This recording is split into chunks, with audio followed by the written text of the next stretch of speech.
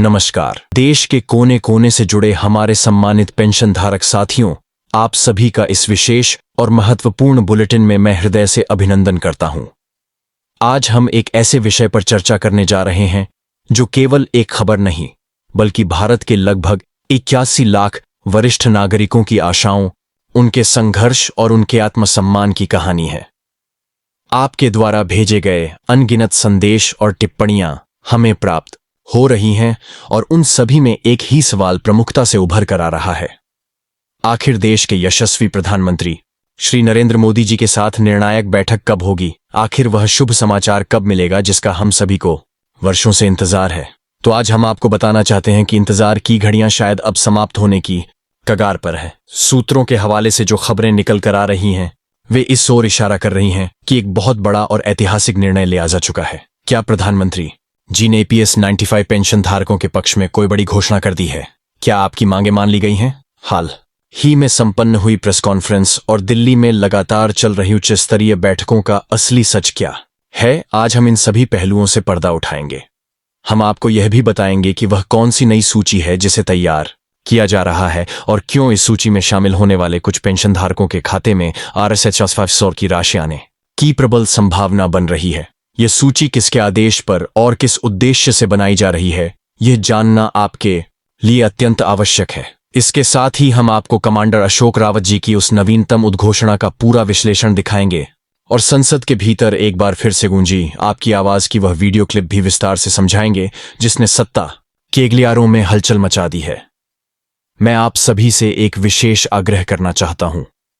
यह कार्यक्रम मैं सप्ताह में केवल एक बार लेकर आता हूं और मेरा एकमात्र उद्देश्य होता है आप तक 100% सही, सटीक और प्रामाणिक जानकारी पहुंचाना, ताकि आप उन भ्रामक सूचनाओं के जाल से बच सकें जो कुछ स्वार्थी तत्वों द्वारा फैलाई जा रही हैं। यह चैनल कमांडर साहब के मार्गदर्शन में केवल आपकी आवाज को बुलंद करने का एक माध्यम है, इसलिए इस विश्लेषण को अंत तक अवश्य देखें।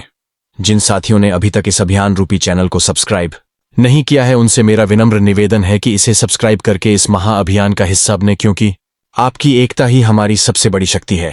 चलिए अब बिना कोई और विलंब किए आज की सबसे बड़ी खबर का आगाज करते हैं। एक नई सूची, एक नई उम्मीद। क्यों सरकार जुटा रही है पेंशन का असल आंकड़ा?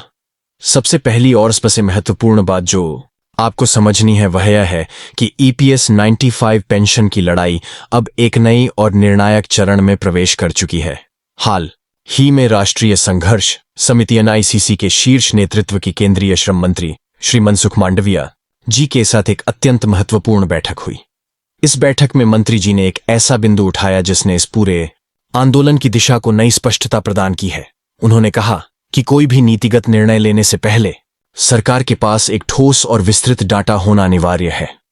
सरकार यह जानना चाहती है कि देश में कुल कितने EPS 95 पेंशन धारक हैं, उनमें से कितने लोगों को आज भी न्यूनतम राशि यानी RSH 1000 मिल रहे हैं, कितने ऐसे हैं जिन्हें RSH 1000 से भी कम पेंशन प्राप्त हो रही है, और कितने ऐसे पेंशन भोगी हैं जिनकी पेंशन 6000 या उससे भी अधिक है। जी हां, आपने बिल्कुल सही सुना।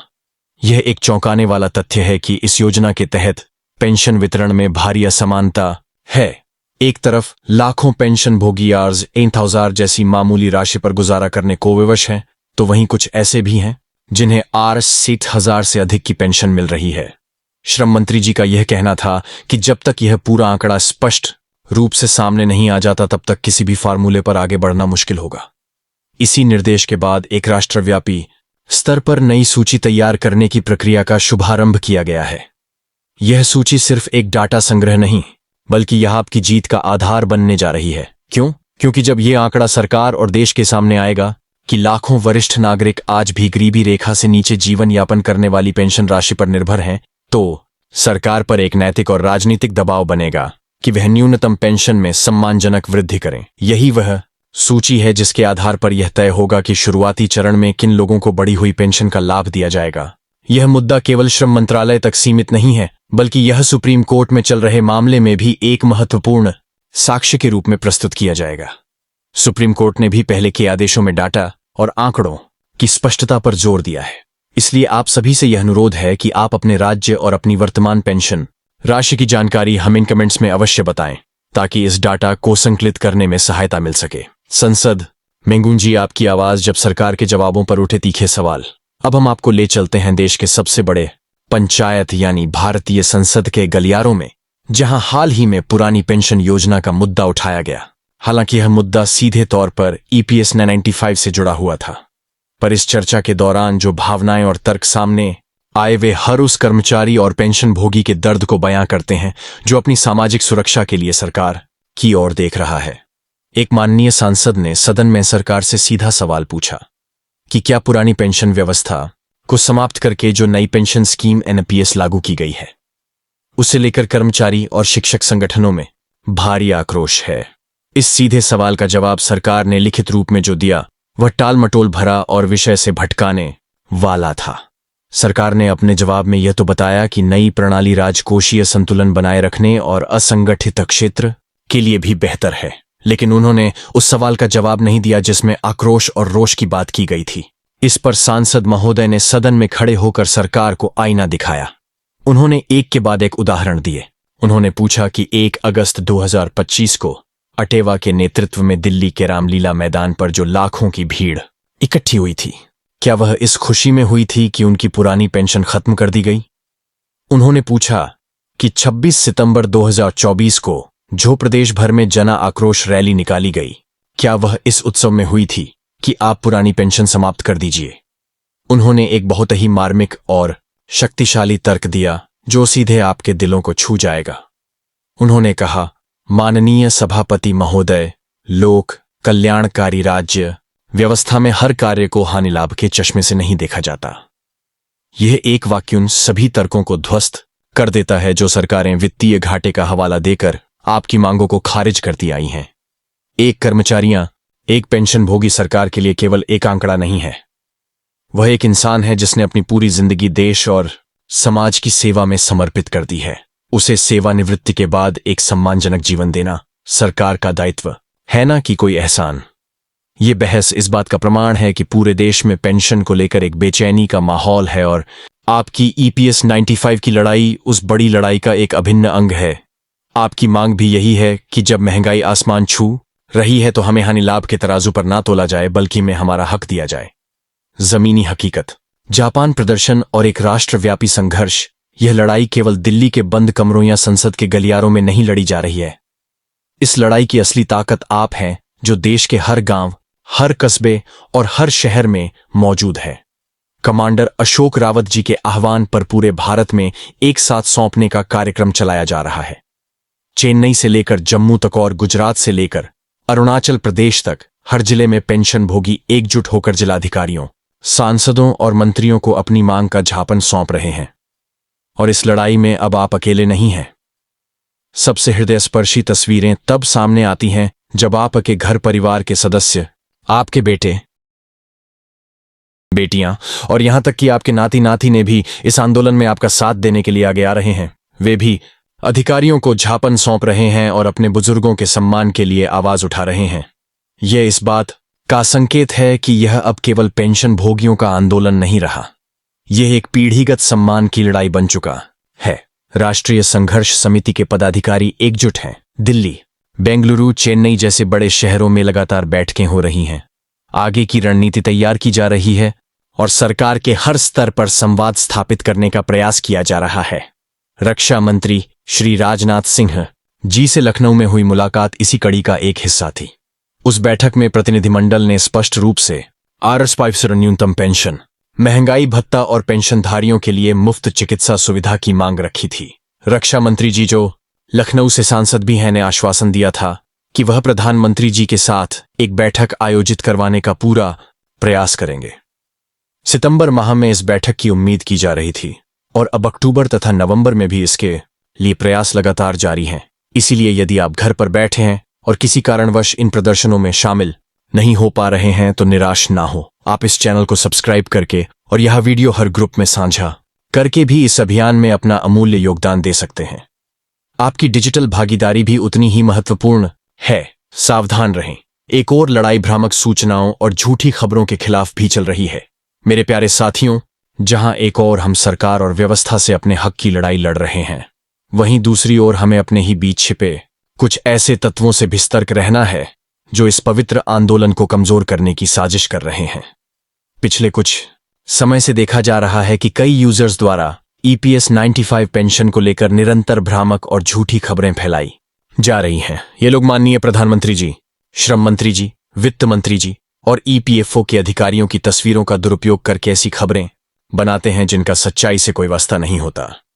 हद तो तब हो गई जब कुछ लोगों ने आर्टिफिशियल इंटेलिजेंस यानी AI का उपयोग करके वरिष्ठ पत्रकार रवश कुमार जैसी प्रतिष्ठित आवाजों का क्लोन बनाकर फेक वीडियो फैलाने शुरू कर दिए। ये वीडियो इतने असली लगते हैं कि कोई भी आसानी से धोखा खा सकता है। इन वीडियो के माध्यम से वे कभी आपको पेंशन दोगुनी होने की झूठी खबर देते हैं तो कभी किसी और तरह का प्रलोभन दिखाते हैं। उनका मकसद सिर्फ व्यूज बटोरना और आपको गुमराह करना है।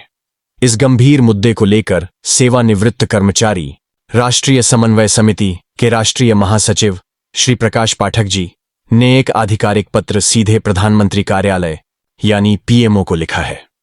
इस पत्र में उन्होंने ऐसे भ्रामक चैनल चलाने वालों के खिलाफ सख्त कार्यवाही की मांग की है। उन्होंने स्पष्ट कहा है कि यह लोग पेंशनधारकों की भावनाओं के साथ खिलवाड़ कर रहे हैं और आंदोलन को नुकसान पहुंचा रहे हैं। इसीलिए मैं आपसे बार बार कहता हूं कि यह कमांडर साहब के मार्गदर्शन अपना चैनल है। यहां आपको जो भी जानकारी दी जाएगी वह पूरी तरह से प्रामाणिक और तथ्यों पर आधारित होगी। आप किसी भी अन्य स्रोत पर विश्वास करने से पहले तथ्यों की जांच अवश्य करें।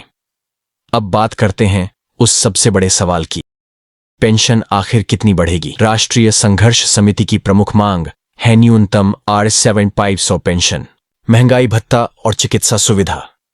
हालांकि कुछ ट्रेड यूनियनें और संगठन इसे Rs 9000 प्रतिमाह करने की भी मांग कर रहे हैं। विभिन्न राज्यों में यह मांग का आंकड़ा थोड़ा अलग अलग हो सकता है, लेकिन कमांडर साहब का स्पष्ट कहना है कि हम सभी को एकजुट होकर केवल एक ही मांग पर ध्यान केंद्रित करना चाहिए और वह है Rs 7500 और न्यूनतम पेंशन। इसके जवाब में सरकार अक्सर अपने वित्तीय बोझ का तर्क देती है।